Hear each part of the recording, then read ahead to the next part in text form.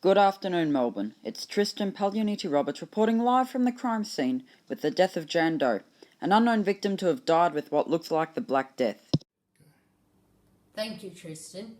How do you know that it was the Black Death that caused it? I can tell by the black glands, which are also known as buboes. The amount of pus and blood around the body, as well as the amount of vomit here too. If it is the Black Death, then hopefully we don't have another plague pandemic on our hands. Thank you, Tristan. Hopefully you can have more information for us later on. For people who don't know, the Black Death, also known as the bubonic plague, was one of the most devastating pandemics in human history, with in between 75 to 200 million people dead.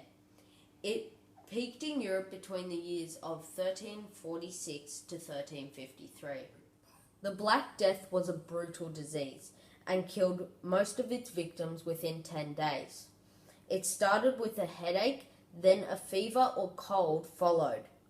It then developed into coughing blood and vomiting, which was followed by developing black glands on the groin and armpits.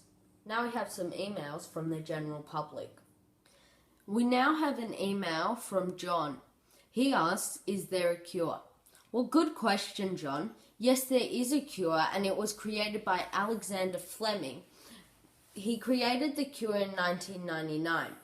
To cure the bubonic plague, also known as the Black Death, they use regular antibiotics. Although Alexander created the cure in 1999, the first use of penicillin was in the 1940s, which began a new era of medical treatment and affected the medicine we use today. We now have an email from Kathy who asks, how did they try to cure the Black Death in medieval times? To answer that question, we'll go back to Tristan, who has the answer. Thank you, Omar. To try to cure the Black Death in medieval times, priests and doctors would put the patient to bed and rub vinegar and rosewater on the buboes.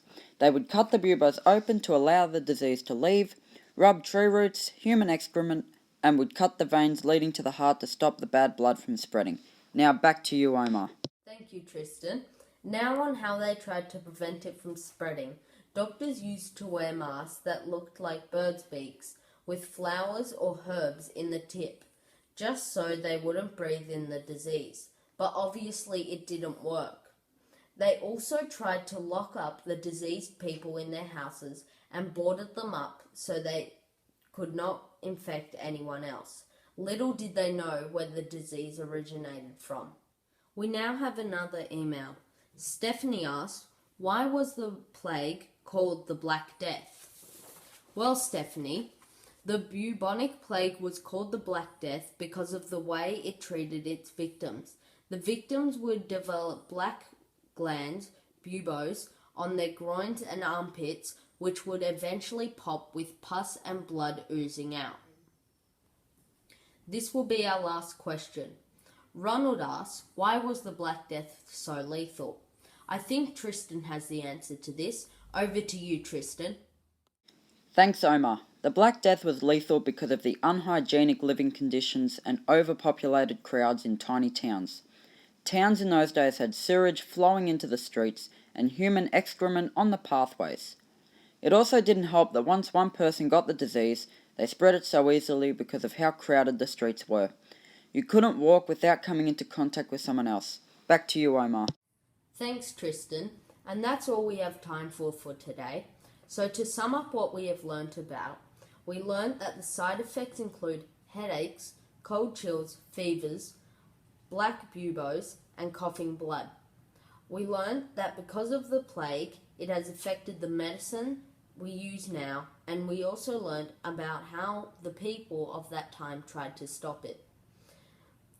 What cures they tried, why it was called the Black Death, and why it was so lethal. So thank you for watching tonight, and hopefully we'll see you tomorrow.